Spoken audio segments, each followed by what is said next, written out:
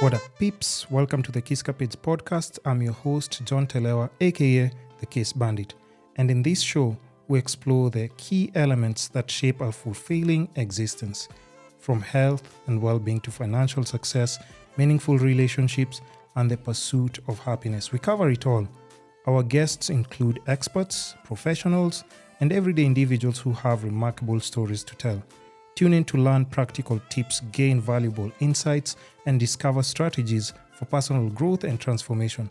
Whether you're seeking to improve your health, build your wealth, enhance relationships, or find lasting happiness, we got you covered. Welcome to today's episode.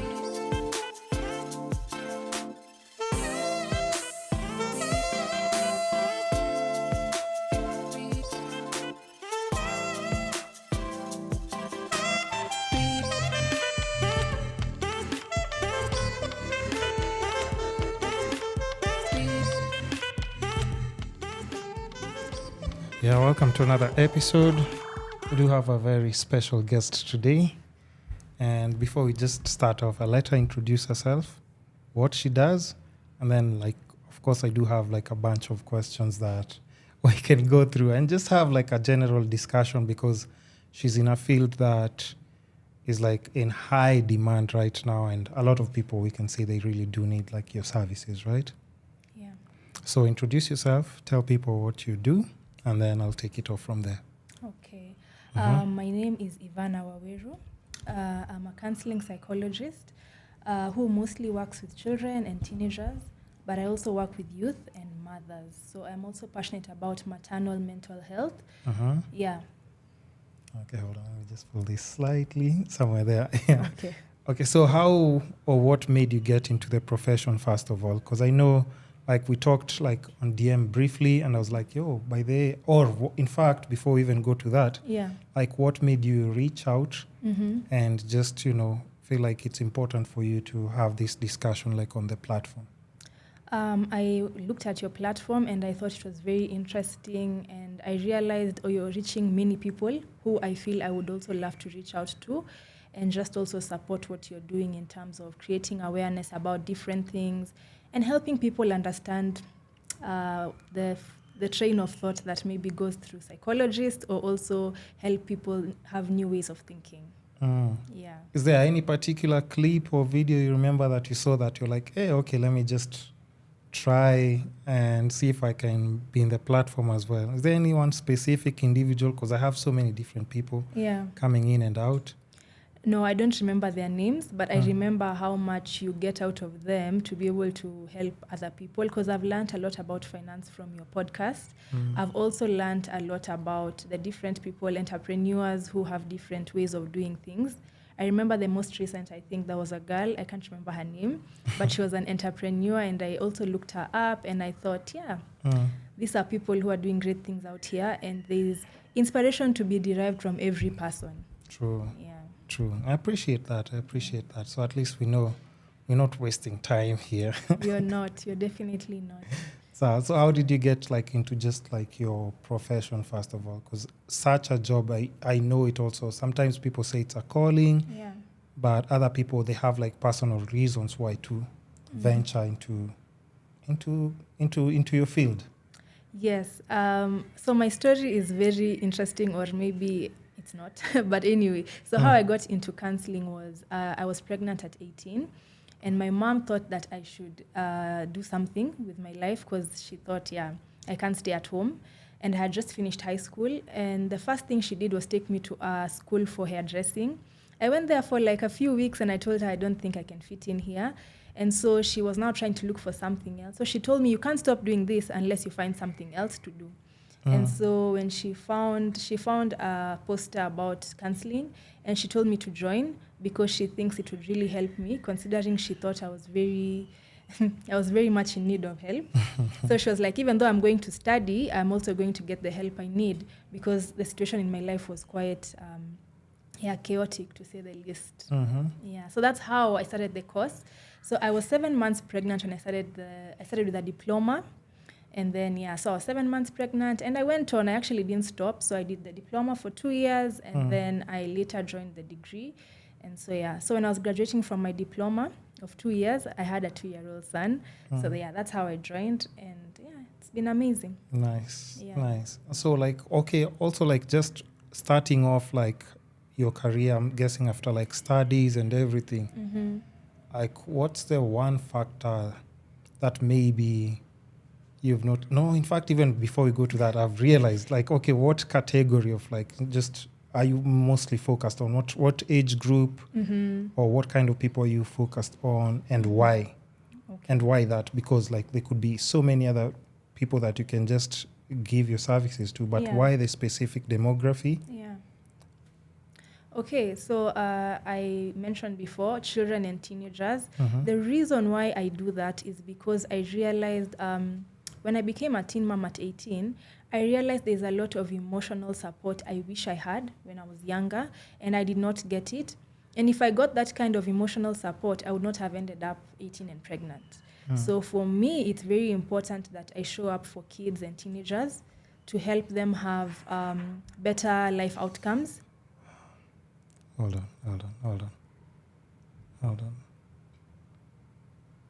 Oh yeah. Just connect. Yeah. But at least we're rolling here. Okay. Yeah. oh, yeah. Small mistake, but we're good. Yeah. Yeah. Yes. So let's go on. Sorry to interrupt you, by the way. Just technical difficulty, but we fixed it. No problem. So yeah, you said Yeah. just because you saw like a lot of young people are lacking emotional support. Yeah, my own self, I Yeah. realized there's a lot of support I did not get. And Yeah. I think it's amazing if other children can get the emotional support so that they can get better life outcomes and avoid mistakes like what I made. Yeah. And what would you say like right now? Because definitely we're in a different generation now. Yeah. Probably like when that happened to you, Yeah. it was also like a different era. Yes. But what are like just one of the most pressing issues now that you see like a lot of teenagers, like even in terms, because like for me, I can't remember like at my generation if people actually needed therapy. Yeah. We didn't have those things. They were like, therapy. Those are things that we used to just see like on TV. And then how, because even when you're touching on that, from our generation, we just thought if you're stressed, that's just part of life. So why is it now in this era that there's a lot we're happening. in like, and people seem to like, it's just like a common thing. It's like everyone is just therapy is just like standard, is a must. Like, why is it that important? Yeah. And we can't look at it as like just another stress factor that's always in life, and we can just face it and just keep it moving. Okay. So I think the first thing to realize is that we always had issues, even in the previous times. We had issues, but then we never really took note of them, or we never really realized them, or we never really took them seriously. Yeah. So even the mental health issues, they were there when we were younger, or they were there when people were there, the older people when they were younger, but they ignored these things, and they would always say this person has a problem, and they would ignore them. They had their ways of dealing with people who had issues. Yeah, but then I think now we are more aware of what people are going through. The other thing I think is the lifestyle. The lifestyle we're having right now, or the kind of lifestyle people are chasing, is very, very competitive, and a lot of pressure is there. And so that's why kids are going through a lot, because their parents are busy looking for money, looking for career, and there's no much of community involvement in terms of raising children. And also the children are just not experiencing good relationships with their parents. So that's why most children have a lot of problems, as we would call them, quote unquote problems. But I think it's just because of how the lifestyle has changed. And that's why everyone is in this, what we would say, everyone is experiencing mental health challenges. Yeah. But what's like the most common one? What's the most common factor that you think like just this is what definitely like the current generation, everyone just can't handle this on their own, and they need like that part of support. Extra support? Because I'm sure like from your case, like just dealing with different people, you'd pick point like, okay, this is more common. The first thing I think is that in the olden age, or let's say traditional times, people were very supportive of each other. There was a lot of communal support. When you have a problem, let's say you have a child and you don't have a husband, which was also not very common. People had partners, people had where you could leave your child. There was a lot of options in terms of support. But right now, people are very individualistic. And I feel like that's the main challenge we are facing right now. Yeah. Because if you're alone, let's say you have a child, you have nowhere to leave them. You have to look for a daycare. The daycare is costing some money. You want to take your child maybe for activities outside. You can't even just let them play outside. So you have to pay for something for them to do. So I think the individualistic mentality we have in this day and age is what is causing a lot of problems. We're not getting the support that we need, and we're not being able to tap into the community or the people around us. Yeah, because I don't even think now you can start saying things like, you're telling someone's child what to do. They'll be like, my kid, mtoto wangu. Yeah. No. My kid, I'm the only one who can discipline them, tell them what to do. But kitambo, like you've said, the community could be like, I see someone's kid doing something bad. Let me try and direct them the right way. Yeah. And people would really be happy that you're helping them raise their children. Yeah. So I think now the factor where we're just like, no, it's me. If I make money, it's for me and my children. Like, we're not even there for each other. So I think just the aspect of not being together or working as a team, is really affecting us. Because let me just give an example of like the Muslim community. So most of them are very family oriented, and they live together in one big household. And you will realize that their mental health issues are not as much as the rest of us. So that's true. So that's true. That's part of what I think is the problem we're facing. Yeah. Okay, and the only thing is that I don't think that's going to change anytime soon, though. Unfortunately, because so that means more money for therapists, of course, more clients, and everything. But for people now who are like, let's say, of course, your kid is going through something like that, or even like teenagers, but you have parents who are also like now old school, and they're like, they don't even believe in therapy. Like what kind of advice would you give to such grown-ups? Because now they're the grown-ups and it's their money that they would use on therapy on their kids. What advice would you give them to understand like it's also important for your kid to go for these services so that they can actually improve? Because unfortunately, like we've said, we can't control the environment anymore. The environment has already changed, and this is what we have to deal with. So if you have that old school parent who doesn't believe in therapy, like what would you tell them, like just to believe in like therapy sessions first of all?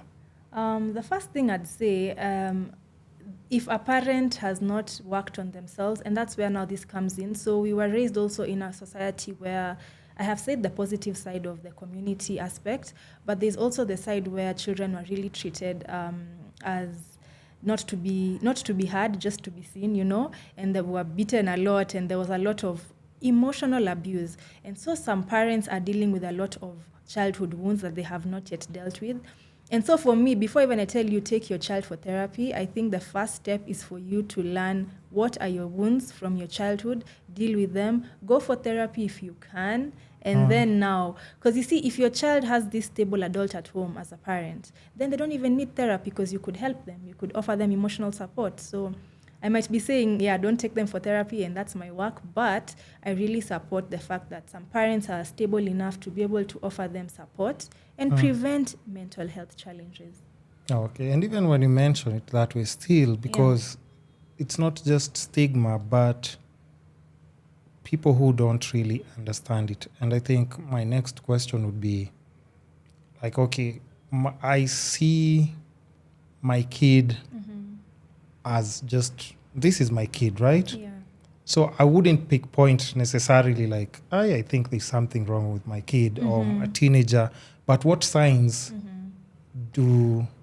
are parents supposed to look out for to know like their kid actually needs like support?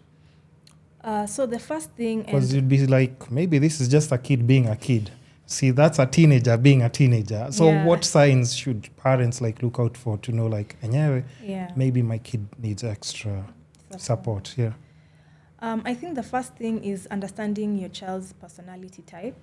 And most people don't take time to understand even their own personality type, because if you know your child's personality type, you know how they are, their baseline, their personality baseline. So maybe they're usually more quiet, maybe they're usually more reserved, they're calm, they're cool and collected, or they're the other side where they are talkative, they love making fun and having a good time.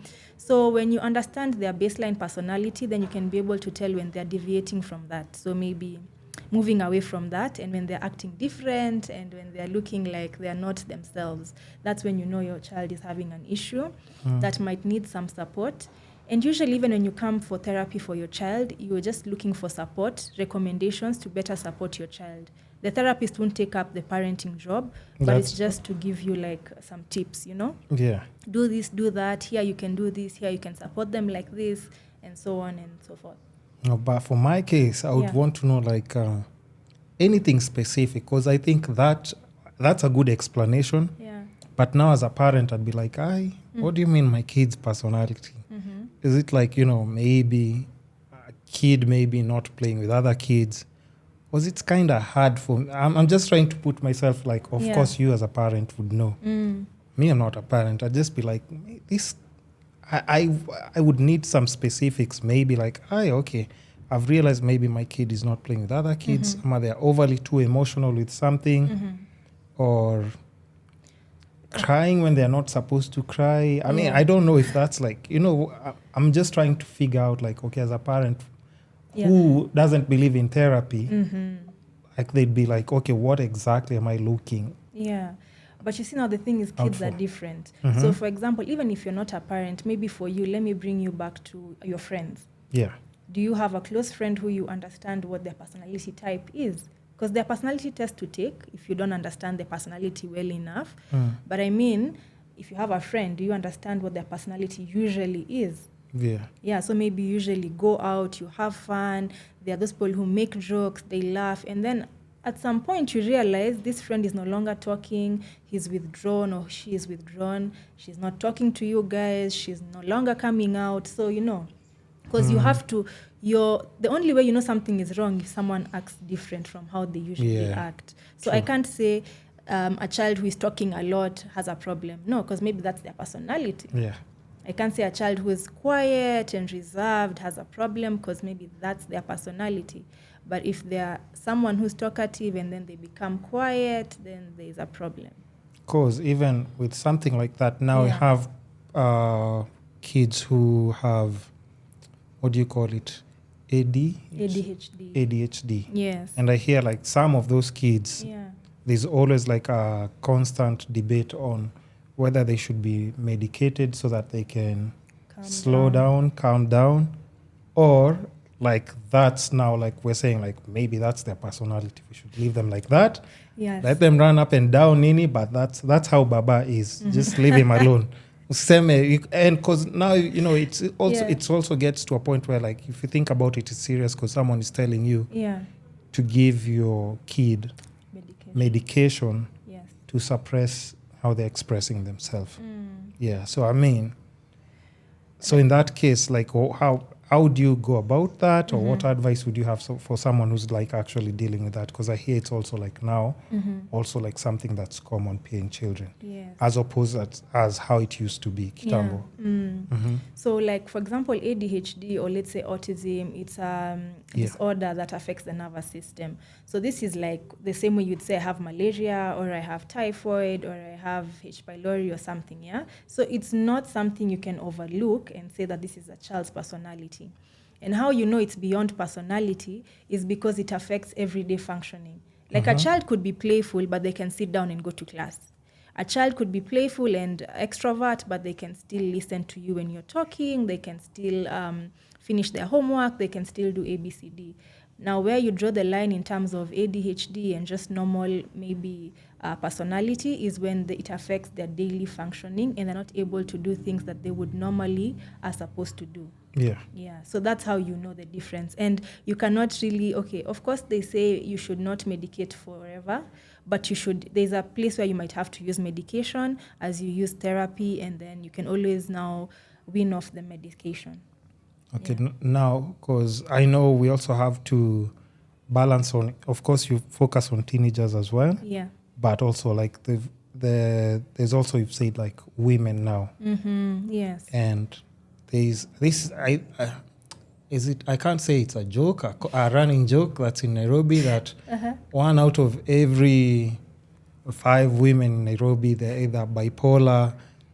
It's either they're either bisexual or bipolar. I don't know if you've heard that joke. So, but and a lot of women that I know, like they're constantly on therapy, and even some are on like antidepressants. So is there maybe like you think, because now we've touched like on kids, but we'll also still go back to that because like, you know, these are the future's adults. That's true. And I think it's always good to like be able to identify problems in kids before adults. Yeah, because now as an adult now it's like too much trauma you're carrying and everything. Yeah. So like just even for women in general, like for your case and maybe case studies or things that you've experienced and you know of, like why do you think now we have a lot of women here who are going through a lot of mental health therapy? challenges? If you've seen like all my female guests are 80% they're in therapy. Yeah. Which is amazing, first of all. Yeah, it's a good thing. And I also go for therapy, just to say. Oh, you also? Yes, if you're a therapist, you need to also have a senior therapist who can take you through it, because you're dealing with a lot of challenges from people, and it could drive you, loosely to say, insane, you know? True. Yeah, because if you're listening to someone who came with a rape case, someone who came with a parent who is so neglectful, they came with other case, I mean, listening to all that and not being able to have an outlet can cause a lot of mental health challenges on myself. So it's important. The other thing why I said it's good is because now I don't want to sound like a feminist, but let me just say it how I feel it is. So women go through a lot of challenges in terms of what is expected of them from society. But the problem that comes in is when the expectations exceed the woman's ability to not cave into the pressure. I think a lot of women cave into the pressure placed on them by society, and that's what causes a lot of mental health challenges. So even on my side, I've met women who are like, I have a lot of pressure to get married by this age, to get a child by this age, to have a career by this age, to have a home by this age. I'm an independent woman. I need to get this in order. I'm like, our women really supposed to be like that, you know? Yeah. So for me, there is what the women are really caving into pressure, and we weren't meant to be like that. I have this very strong belief that women were meant to have a very simple life where they're either nurturing themselves, their children, their life, they're nurturing their husbands, they're nurturing whatever they come into contact with. And so I feel a lot of women are going against that, and it's causing them a lot of mental, you know, it's what's it called? Conflict in their mind, you know? Yeah. Because we weren't born to be like that, but they're trying to be these masculine people, independent, working, showing up, having a career, having a house. We were not built like that, or we are not built like that. So I think that's why women are going through a lot of challenges with their mental health. Yeah. And even if you think about it like right now, also that's an environment that I don't think it's going to change anytime soon. Again, unfortunately. Yeah, unfortunately, it's not an environment, but it's not the healthiest. Even like when you're talking about like, you know, yes, as much as you can say like, you know, single, independent, but gets to a point you also have to realize now companionship is not like even prioritized like it used to be kitambo. Like, yes, pressure, but you can only imagine like for people to start asking you like, hey, you're not even concerned about getting married. It's like, that's the least of my problems. And then we keep forgetting that even let's say even if you're a single parent, you also have to realize you will grow old, right? Yes. And you know, it's unfortunate, but I think now the way we used to see people like in the States taking their parents to those homes where like, because it's just maybe you and one kid who's already grown up. They're maybe married, and if you don't have like 6 kids, there's no one to take care there's nobody to take care of you, and you'll be, first of all, overwhelming this one kid who's also like now trying to just go through their adulthood. Yeah. It's not also fair because you're ripping them off the adulthood experience. Totally, yeah. So, I mean, what are your thoughts on just like that? Because if it's not something that's about to change, I mean, and in 2023, 2024, I'm not supposed to tell a woman what they're supposed to do. It can only come from a woman. But what advice, though, would you have for, like, people who are still trying to navigate through that? Yes, we've named the factors, like, they are not meant to go through all this. Nurturing would be easier. Yes. But what would you tell then women who are actually now trying to grind? Strong black independent women. Yeah. Like, what would be your advice for them, though? I would honestly, and I know this just sounds like very small advice, but people need to slow down. People need to listen to their bodies. People need to listen to their hearts as women, and I'm talking to women specifically. Yeah. Just slow down, take time to really understand what you need. If it's emotionally, physically, psychologically, just really take time to understand that. And don't push yourself beyond what you can. Just do what you can, when you can, how you can. And if you want to do something, just do it. That's all I'll tell women. Because I feel women take a lot of... they try to do what they hear out there, like what is expected of them. But they don't even think, okay, at the end of the day, what do I truly, truly want? Yeah, and sometimes they think what they want is what other people want. So try and put the expectations aside, put them down, and then just think, what do I truly, truly want? What do I desire? And you'll realize your desires are basically what I just said before. Yeah. To relax, nurturing is good for us. And I don't even mean about nurturing children, anything at all. Yeah. Okay, and then my follow-up question to that would be, because, it's just a constant debate, even when you see online now, it's like men against women, against women. Yeah. And we are, honestly speaking, we're supposed to coexist together. Exactly. We're actually supposed to coexist together. But now just even for women, like, even after having those discussions, do you think there's a specific... And this is not at pressure or Nini society or whatever. Yeah. Do you think there's a specific age? After it gets to that, maybe a woman should have a kid. And after a specific age, they should think of getting married. Because I know we keep telling ourselves, no, anybody can do whatever they want at a certain time. But do you think, your personal opinion, do you think it's okay for a woman to say, like, after a specific age, I need to have a kid by here? After a specific age, I need to get married? That's the ideal situation, honestly. Okay, now in my personal opinion, I have removed the counselor hat and the psychologist hat. This is my personal opinion. I think definitely it's easier for a woman to get children at a certain age. It's easier for a woman to become a wife at a certain age. And after a certain age, it's harder to become a wife and a mother, because it's just that much harder, because your mind is now wired in a different way. You're already thinking that you're, like women, okay, there's a certain age where after that you're and also, first of all, as you're saying this, I want you to work with numbers. Give me numbers at least, so that we be more realistic and practical, so that people can understand what we're talking about. Because there's somebody out there, honestly speaking, let's say even if you're antisocial, you don't have too many friends who can guide you through this. But let's talk about, like, maybe age-wise, and so that people can at least even... give their personal opinion. Because now if we talk vaguely without saying the number, they'd be like, maybe she was saying even when I'm 38, 39, 40. Yeah, so can we just be more specific with rough estimate of numbers so that it can help guide, or like even just open up the discussion? So usually I try to be very politically correct, but let me just give an age.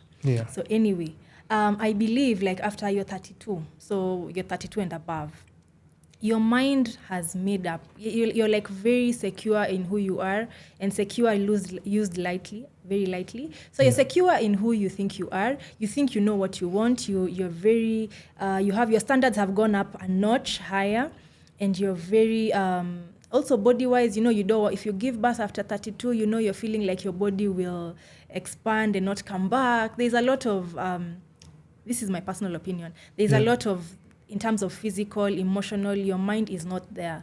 you prefer to be now into career, you want to be ahead, you even think that now the independent, strong Black woman is more strong in your mind after 32 than it was at any other age. And so I feel, by 32, if you can, it would be nice to have given birth, gotten a man who you feel you can submit to, whatever else you feel like you want to do with your man. And it's just my personal opinion, and it's something I work towards because, yes, clearly I'm not 32. But that's like, for me, that's an age where I wouldn't want to get there and I'm still thinking of submitting to which man and trying to choose a man. I really think I should do it before I get there, because I don't think I will be willing to go through that. And I think many women after 32 are not willing to submit, are not willing to look for a man, to be in a man's, like space and be in a man's somehow submission, yeah? So I feel like there's an age. And again, we go back to traditional ways where, yes, these things used to happen quite early. Of course, there are people like Benjamin Zulu who are saying your brain develops after 25. Fine. If it does after 25, between 25 and 30, try and, get these things out of the way. Yeah. And it's easier. Yeah, true. And your mind is, and I think your mind is more flexible before 32. I think after 32, you're very rigid. You're like, I want this kind of man, this kind of house, this kind of, So. And I think that's why now, past that age, you're finding like maybe the women who are past that age, it's very hard for them to settle down. Yeah. Because like, hey, if it's not this way, by there, apana. Yes. If he doesn't have this and this. Yes. And honestly speaking, the unfortunate part is like, humans don't come with a textbook. Not everyone will come like, ready the way you want, so they could be like at an earlier age, they're still trying to discover themselves. And that's when they're maturing into something. And I think there's nothing as beautiful as maybe growing with your partner in such ways. Yes. I think that just solidifies and makes the relationship more solid. Yeah. More solid. Because even like old school parents, even the ones who don't get along, you still kind of get along somehow. They can talk, they can understand, coexist. And that's why like even older people maybe who you find like is someone who has like a second wife and a third wife. But they still coexist. They're coexisting. Yeah. The man is still providing where he's supposed to provide. Yeah. They can even come to like family gatherings, like first wives. They can. And they're good. Yeah. But now in this generation, you won't make it alive to morning by the day she finds out Nini. As in like there's no room for even having that discussion because like people feel like it's such a big betrayal. So how would you even explain like the core dynamics of like how old school people like used to have like maybe first, second wife, or even like there's one who's like just a side chick who's always there. And she's there and forever. People know, even the family know, but she's there forever. And now people can't do that. How comes? Why do you think that's the case? And I'm not like at promoting polygamy or anything. It's just that these are things that are there and people coexist like that. So what do you think is so different from old school people and now the new generation that even that discussion of having that discussion of like, okay, you can have two wives and they can still coexist? And this again is also my personal opinion. Yeah. Just a disclaimer. So I actually, that is a very profound thing to say because I have been thinking about it. I've been discussing it with my friends, even my parents, because I realize African men, and okay, now I'm just saying African men because I mean we're in Africa. Yeah. They're not monogamous. I don't truly think. Very hard. Like, it's also not natural. And even now, just to support the women as they listen to me. Yeah. As a woman, do you want to be the only person a man is looking towards for maybe cooking, emotional support? Emotional support. The man is looking to you for everything. Like, this is also a kind of slavery. I'm even thinking, like, can you be everything to a man? That's the question. Yeah. And maybe that's why these guys look into polygamy, and not because one wife is not enough or she's not good. She's good, she does this and this, but maybe the other person they find has different strengths. And I'm also not saying polygamy is good, but I'm saying maybe it's something that works for people because the man looks for different strengths in the different women. And so they're all important, but then, at least it diffuses responsibility. Okay, now let's just, a small opinion from maybe someone from like the Gen Z generation. Yeah. Would you be open to being someone's second wife? Have you seen zero hesitations? Like, no. Yeah. Yeah. So impossible? Yeah. Do you know any of your friends who can consider being someone's second wife? Yeah. Wow. Not even a discussion about it? Like just a discussion to see your Other ways, but second wife, No. other ways, like side chick ways. no. Like- Not side chick Eh. ways. Uh-huh. You've said a man. Mhm. Okay, no, but you can just be off camera, but Yeah, still, what like I'm you trying can. to say, Uh-huh. come on, my face there. What I'm trying to say is like, if he's not enjoying me too much, Mm-hmm. we can introduce a third party, but not like a second permanent. That I can do. Okay, but you see, Oh, there's still inclusion of a third party. You know what I mean? Yeah. Mm-hmm. It's different Yeah. because you're not entitled to him. He's still mine, but you can come. You understand what I mean? And spice it up. So just spice things up a bit for a weekend and then go. But, because we were discussing about like how old school people, like, you'd find even someone with like 2 wives, and even like in family gatherings, they're still there, somebody with their own kids, and then they can come and have that discussion. But now it's not even up for discussion, or even if it's cheating, you find like now people, like that's why you see They people are, hide. no, like even people are ready to like kill each other because of just like that One thing. one thing. When you think about it logically, like it's never that serious. I know, no, okay, no, listen. I know it feels like you've been deceived and Yeah. everything, but for you to be angry enough to be able to kill someone because of that, when there's so much more to live for, because you can only imagine, Sawa, he's cheated, yes, but you can go separate ways, Yeah. or have a discussion about it. Like, why? What was the reason? What was the reason? Why am I not happy? You see now Gen Z, you can't even like, They're no. intolerant. I don't even want to hear anything. And then another question. Okay, now, because at least it's good to include, like, because, she's saying like even her therapy services, like for women, from teenagers, and young women, should we say that? Young or old women as well? Yeah. In women, we can say in general. Okay, so now, because also now we can ask from their generation, Yeah. the question would be like, at what age do you think, like for yourself, you'd want to get married? Because you're from Gen Z, like what's the ideal age for you to like, okay, and then once I'm here, I need to be married by this age? Maybe 30s, in my 30s. Okay. Yeah, I need to enjoy my youth. You hear that? I've heard. Okay, that's marriage, right? Getting your first kid. Yeah. Because you're enjoying your youth. Okay, so 30, you get married, you're getting your first kid. Because marriage is, you said your 30s, maybe 33, 34? 30. Okay, first kid. 35. Are you seeing her reaction? So what's your opinion on that? Because that's her generation, and I'm guessing like, these are discussions maybe even with friends they've had, and it's not that it's just It's her not saying her, that, yeah, it's like, friends and how in general they feel. So your opinion on that? 35, first kid. Yeah. So I don't want to say my final opinion. I would just want to understand the enjoying the youth, what is inside there, what is being enjoyed. Drinking, Partying. not having responsibilities. Okay. Yeah.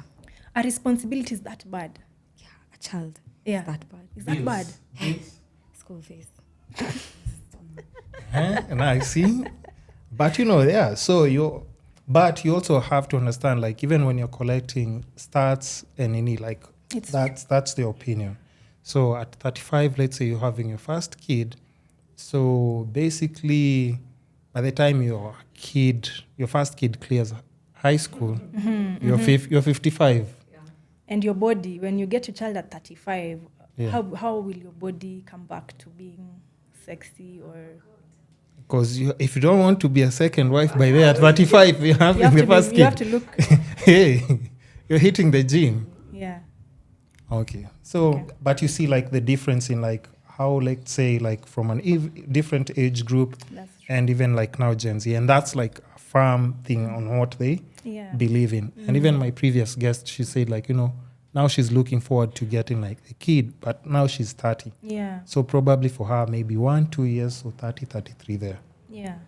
But see, her, she was a mom at Mine is a bit also on the other extreme, 18. about 18. Yeah. But do you think it was like, now when you look back at it, do you think as like, hey, that's a good thing that I know I was young and maybe didn't know how to handle it, but it's an experience that's better gone through when you're young or older? Okay, so definitely not at 18, for sure. Maybe 26. Now, I know that's different worlds apart, but again, for me, getting a child at 18 was such a good thing, an eye-opener. I succeeded just because I got a child at 18. If I didn't get a child at 18, I would be, what she's saying, I would have continued partying, I would have been enjoying my youth, and probably not done much in my youth. So when I got a kid, I had to start doing something to become great. And yeah, so I think, there's that, it's a bit of a gray area because... Bittersweet. Yeah. Okay, now also like, my question, because now, of course, I'm talking to two different women, Gen Z. Yeah. And slightly, should I call you like on millennial side? yes, I'm millennial. Yeah, so do you think, because now you also have to put this into consideration, do you think this is just like a Kenyan thing or also like abroad it's also something that's different? I think it's abroad, and I think that the ones who gave us this idea of monogamy are the same people who gave us this idea that we have to enjoy our youth, build our careers, then get children and get a husband. I think not abroad. What are they? Where?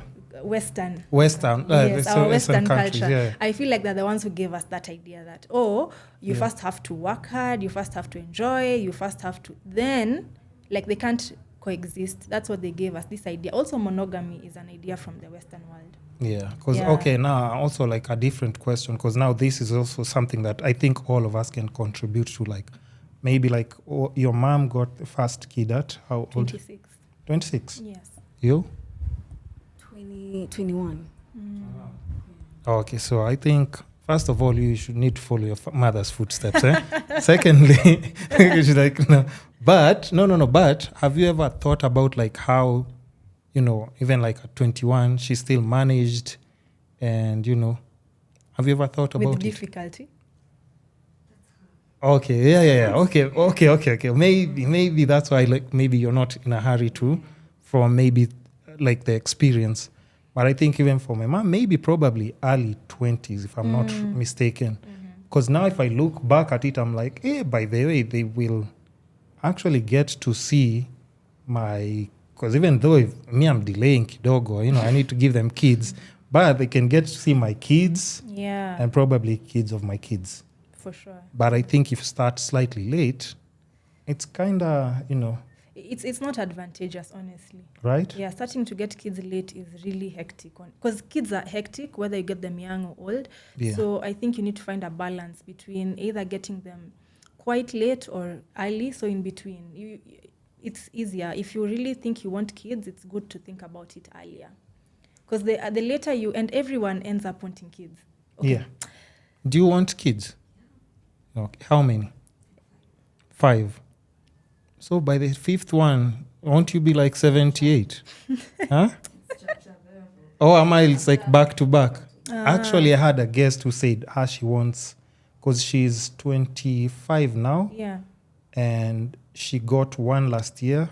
She's pregnant with another one, but she said she wants to get 6 before she's 30. Wow. Yeah, she wants 6 kids before she's 30, and then she's like, I'm done. yeah, she can lay to rest then and actually have, which I think to the logic of like where you're saying like biology, mentally where you are, because I think now past 30 you're trying to focus on like so many other different things. Yeah.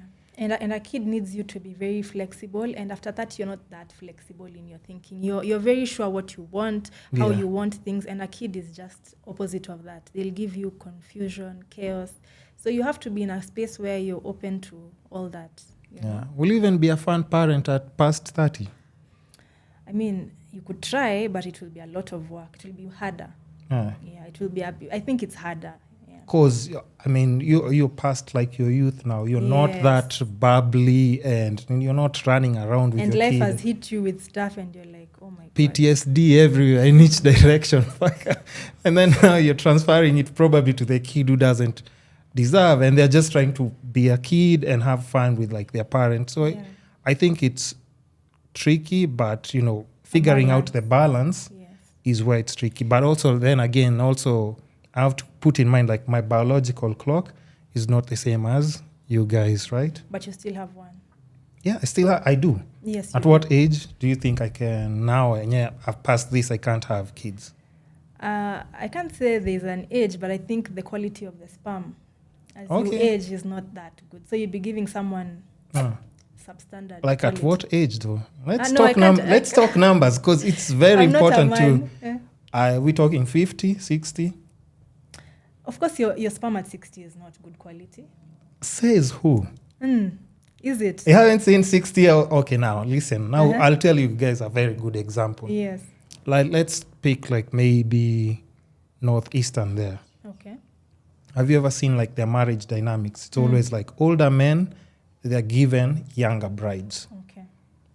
How many kids do they normally have from the go? Okay. Let's go back. Apart from the quality of the sperm, the quality of your fatherhood, and you being a good present father, fun father. Uh-huh. Yeah. How old should you be to be a good present? Does that even really matter? Okay, no. Listen, hold on. Because we're now talking about old versus new, and we just try and compare. Yeah. I come looking at it like even like the old school parents who I knew like were slightly older and they had like 2-3 wives. The main aim for a dad, I think, and I think even now, Yeah. it's you have to provide. That's one of the things you have to do. Yeah. Yeah. Not all the things you have But to do. in general, do we find like just dads walking around playing with kids, nini? We don't. Or they're out there hustling and making sure like everyone gets food on the table, bills are paid. Which one would you rather? A dad who's walking around chezaing with the kid huku, rolling in the mud? I'm a one who's like in the evening, it's like, rent money is I'm sending the rent money, money for food and nini. Ideally, what makes sense? Both. Both. That's why we're saying you have a biological clock for you to be able to manage both. You do need to play with your kids. Your kids need to see you as an approachable person. Yeah. And then you have to earn the money. And you see, no. I think you started, that's the last one that you're saying now. So to you, which one is more important? Providing. So money. Yeah. So do you want me to play with the kids, or do you want me to send you money? Go shopping, go buy food. Mpaka be like, Aki baba nani has come home early, kila saa kwa nyumba. No? Okay. We want daddy to be out, make sure that he's providing like all these things.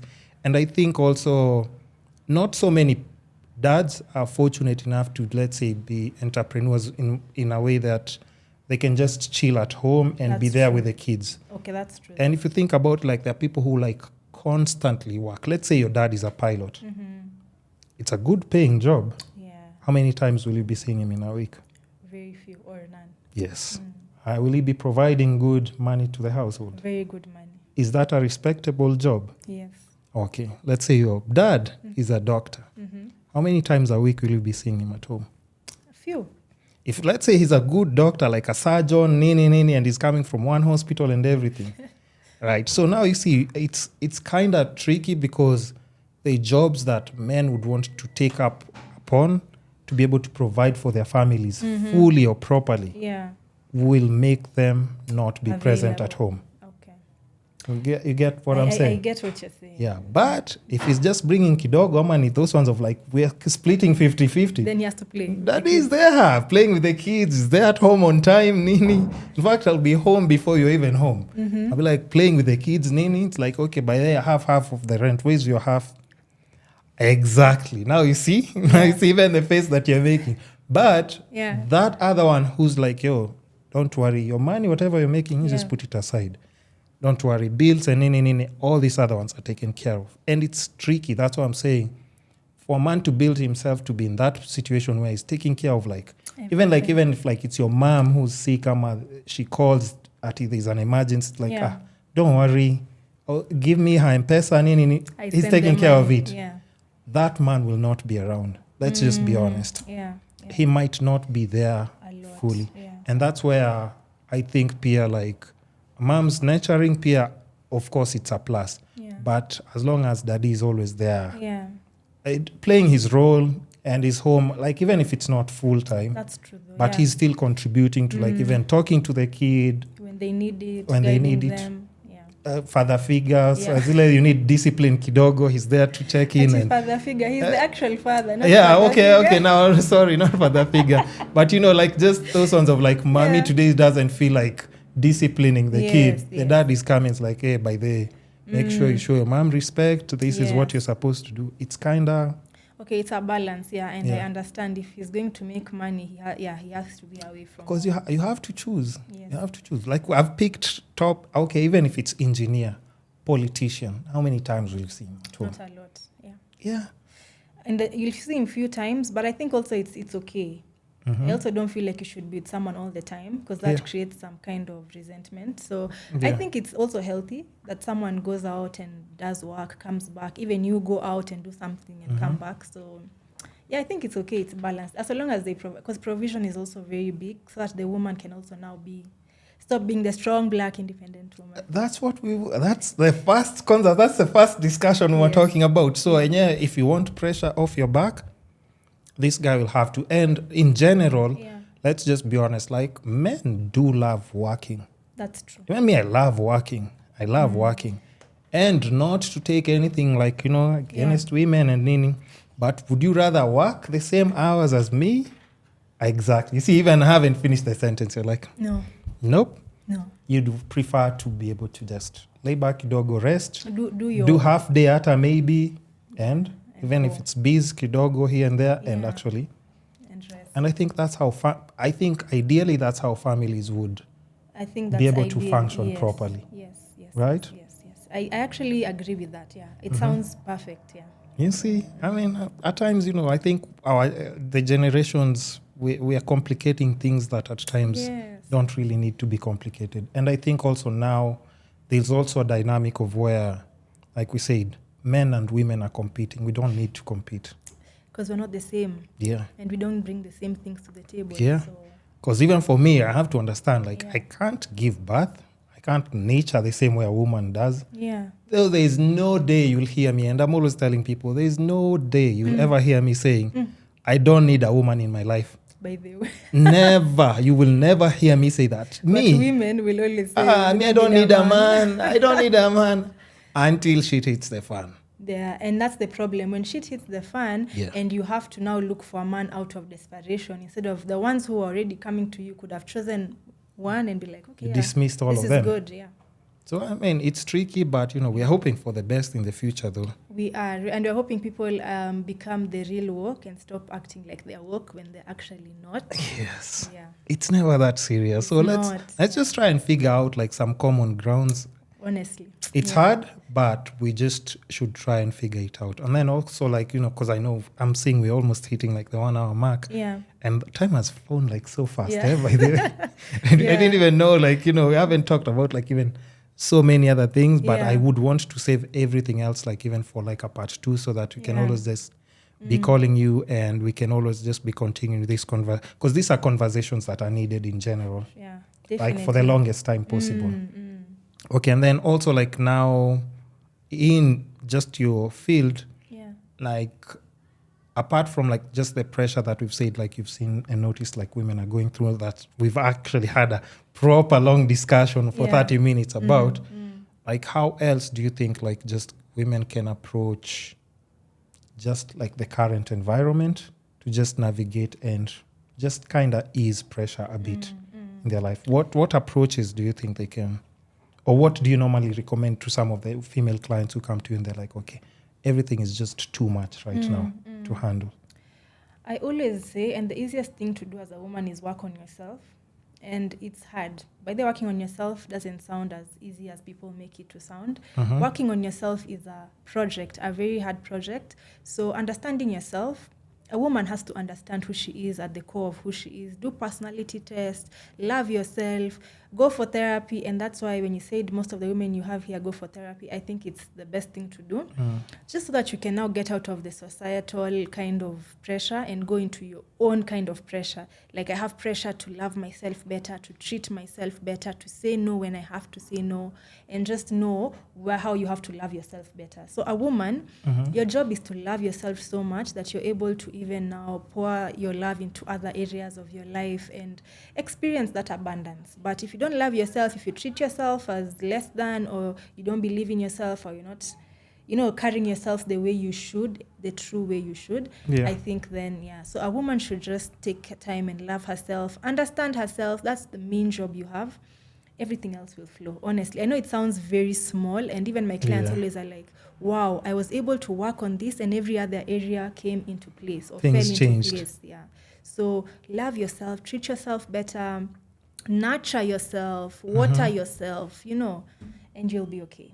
Another question, like as we summarize up, and also this one is very important because it's just like a common thing as well.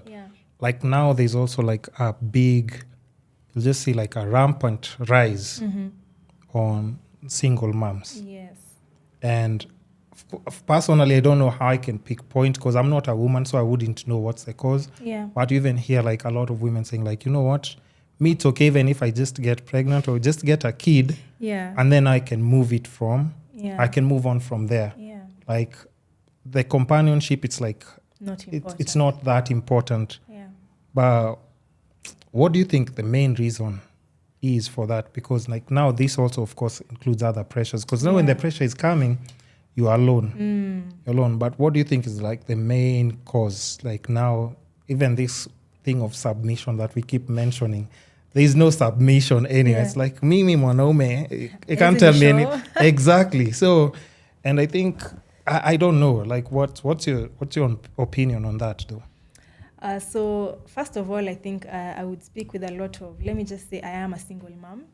And I am a single mom who looks forward to still building a family beyond me being a single mom. Because I said I got pregnant at 18, so that's a whole different, like, I don't know, decade ago. So I think it's important as a single mom to realize that you getting a child outside of wedlock or you going through motherhood alone is a wound in itself that you have to heal from.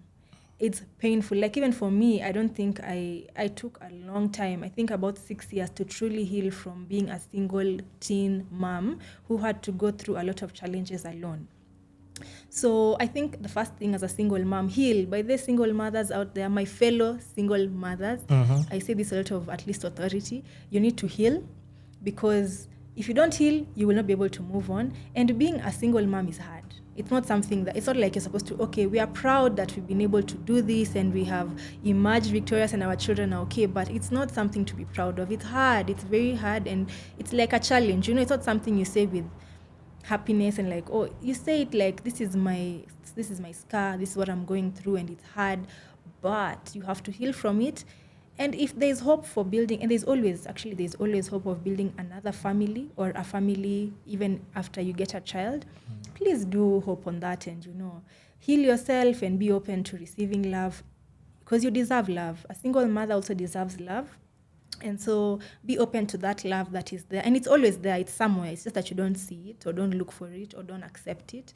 So be open to love. Know that you deserve love. And of course, you've been doing a good job, but you can do a better job with a partner and a family. So, That's well said. Well said.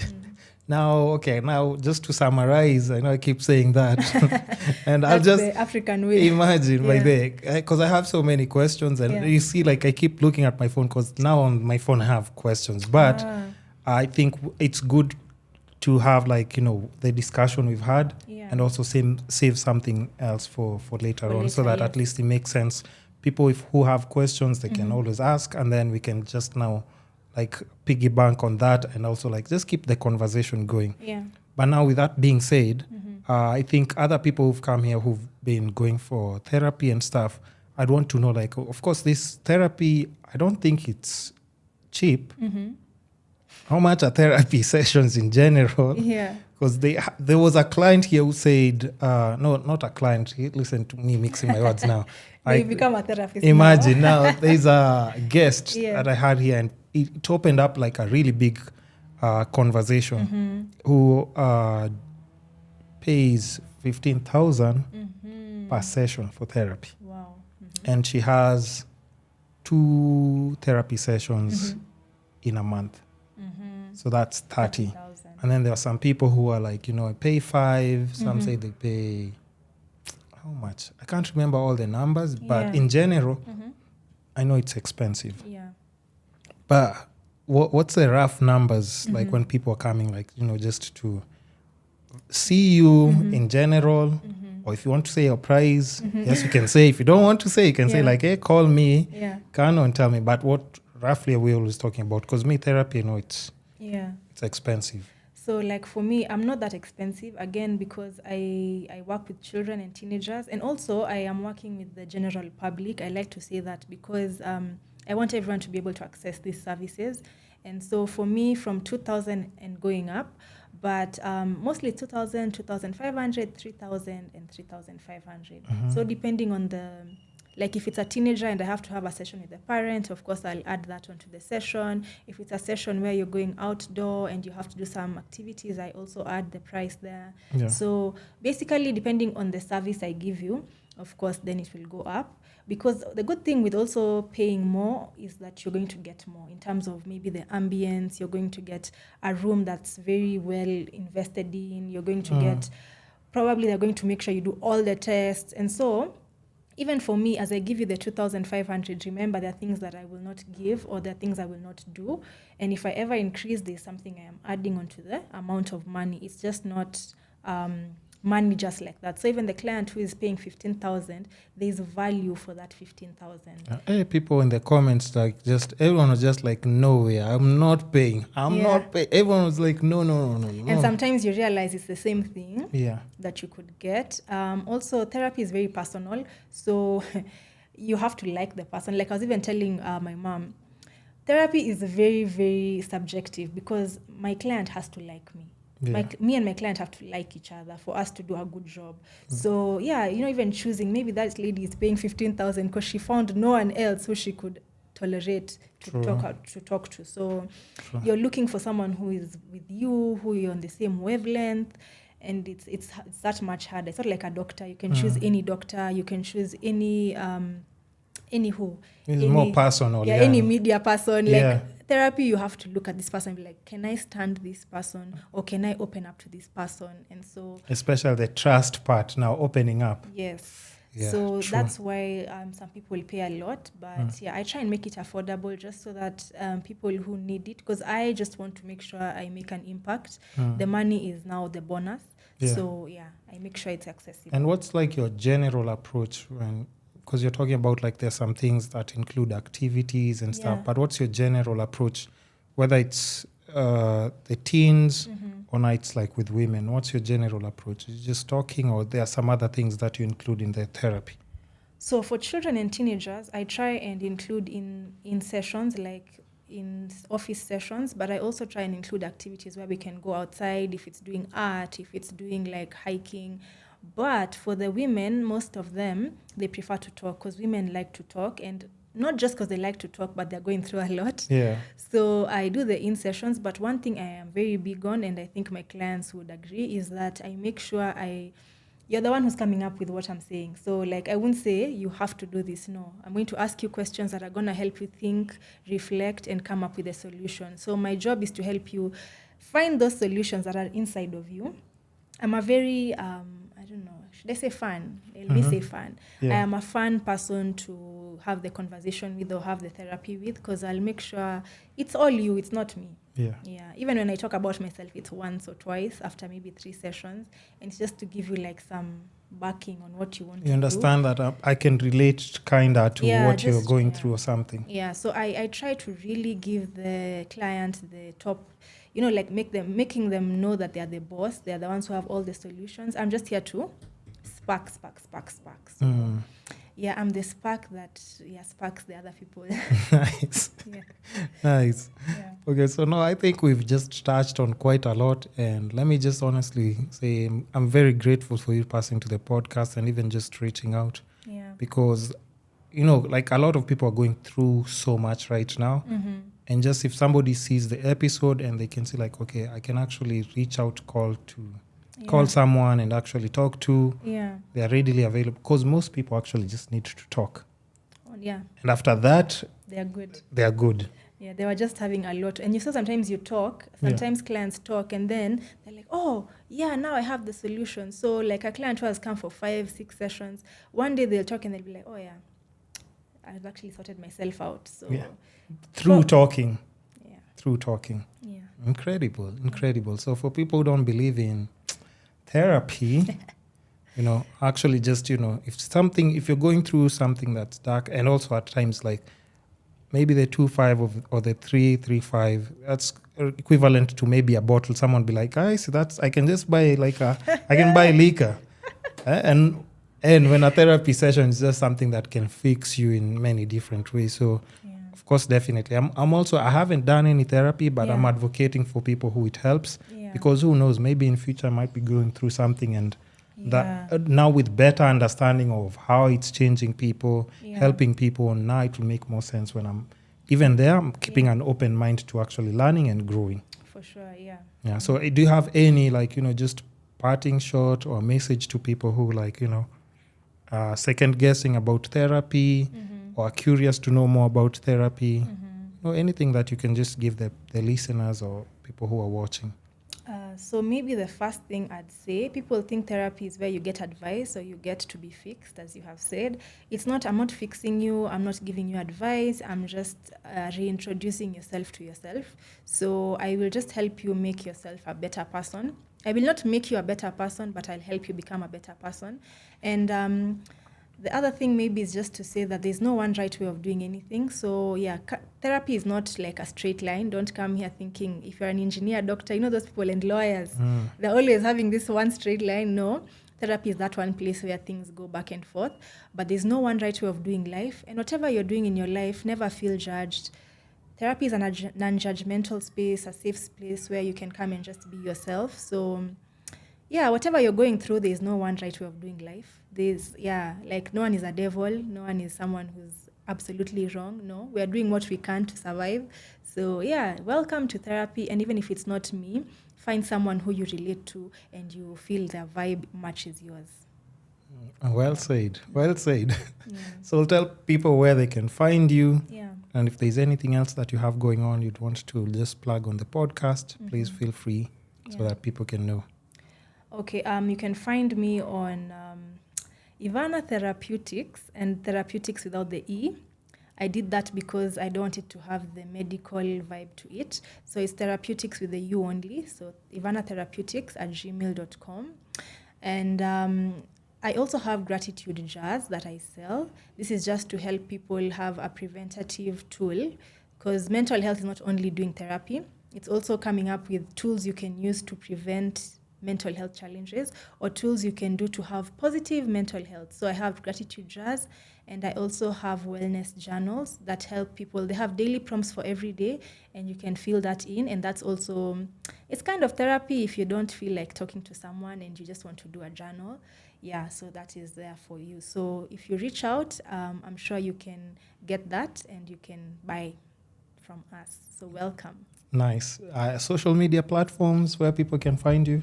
Ivannah Waweru, IVANNA Waweru, on Instagram, on TikTok, on Facebook, and which other social media platform is there? Not on Twitter.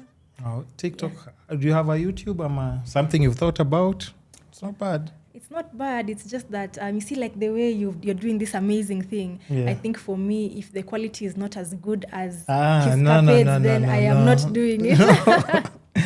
But you can just start with what's there, because I think the message is more important, and you just never know. It will open doors to things that you'll be shocked, because you start doing like an episode or two, even if your quality is not that good. If sponsors come in, a lot of people are supporting like anything to do with mental health nowadays. Somebody will just see like your episode and they're like, you know what, would want to partner with you. Yeah. I've revamped like your production and everything. And trust me, you'll be shocked. Okay. Yeah. Thank you for the motivation. Don't underestimate what like, you know, social media can do for you. Because for me, it's done everything that it's done for me. Yeah. By just posting content and putting stuff out there. You'll connect with different people. Yeah. And you just never know. That's true. Thank you for the motivation. I've thought of doing it and I really need to. So I will consider doing it. Sawa. Yeah, Mix, it's only fair that you do. Because like even just the discussions that we've had. Yeah. I'm like, you know what, I can only imagine someone like you if you're doing even one episode per week or after every 2 weeks. Yeah. You can connect with so many different people. Yeah. Because I remember there's a time like when someone close to me was in hospital. Yeah. And I remember like, you know, they were so stressed out because they didn't know if they're going to make it through like, you know, the medical treatment and everything. And I can only see, I remember like her going for therapy sessions because at the time I couldn't see them directly. I was so like, you know, patient has to be that side. You can get to see them maybe after 2 weeks. And they were so stressed that by the time like they were being released, they were like, yo, now they need therapy. Yeah. And now the therapy made the difference. But now after like 2-3 sessions, they're like, no, these therapy charges for Aga Khan. I'm like, yo, talk to me. I'm like, just talk to me. Tell me what you want to hear. But it actually helped because I was like, okay, now we need to cut down on this budget kidogo. Yeah. But the talking, like just the same way you're saying, talking makes a big difference. It does. And, you know, it made a big difference. Yeah. But also the initial stages, it was very important for a professional to Yes, guide them just through to- it because I don't have the expertise. For me, I was just like, yo, listen to me, talk to me. But the things that they were trying to talk to me about, I They can't were relate or heavy. understand in a Yeah. professional Yes. level. So, yeah, I respect that a lot. Yeah. But anyway, I hope to see you in another episode, a part Yes. 2. So probably in a few months. Let's say a Okay. few months. We won't put dates so that even when we're releasing this, people don't know when we did it. Yeah. So, Yes. but thank you so much for coming to the show. Thank you so much for having me. I appreciate it. You're welcome. The Kisscapades podcast is your gateway to holistic growth and personal transformation. Together we'll unlock the secrets to living a life of health, wealth, love, and happiness. So make sure to tune in every week and join us as we explore the essence of what it means to truly thrive. And lastly, show us some love and support in our social media platforms from Facebook, Instagram, YouTube, Spotify, Apple Podcasts, Google Podcasts, basically all the social media platforms that, you know, support podcasting will definitely be there. Even with the short clips and reels, you can find us there. And lastly, don't be shy with feedback, suggestions, or any questions that you might have in regards to the episodes or our podcast. It's the Kisscapades podcast. Goodbye.